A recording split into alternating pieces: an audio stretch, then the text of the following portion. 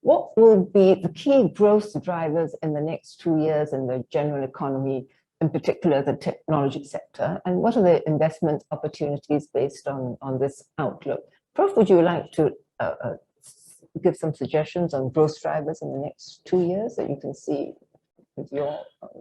No, I think one growth driver especially for, I believe the next growth region is CIA, right? China, India, ASEAN. And it's quite amazing that this triangle is, they're very close to each other. And there comes a point in the development of a country. As you know, in China, there were 800 million people in poverty, and they have been rescued now. And then as they keep rising, there comes a tipping point. They just join the middle class. And suddenly they have income. In the past, they would just use their income for the basic necessities, food, shelter, education, and so on and so forth. But there comes a tipping point where suddenly the income comes, and then they have surplus income. And they join the middle class. And when that happens, that creates a new spurt of growth.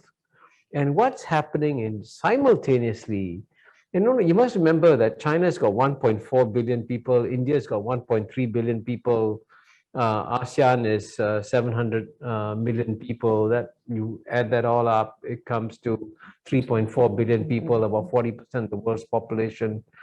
And if a larger percentage of this, 3.4 billion people enter the middle class, then we create a new growth engine.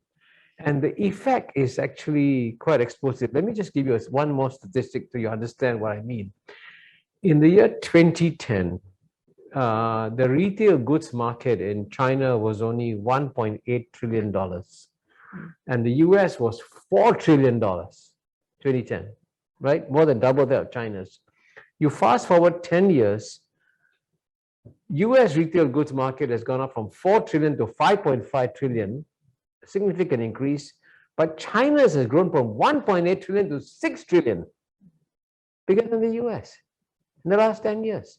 And clearly, the retail goods market goes up. That's a huge boost for growth. You see, that's why, as you notice, the Chinese have switched to something called the dual circulation strategy, which means that yes, they're going to continue to grow by exports, but they're also going to grow to internal demands, which they can, because the tipping point has come and they've created the middle class.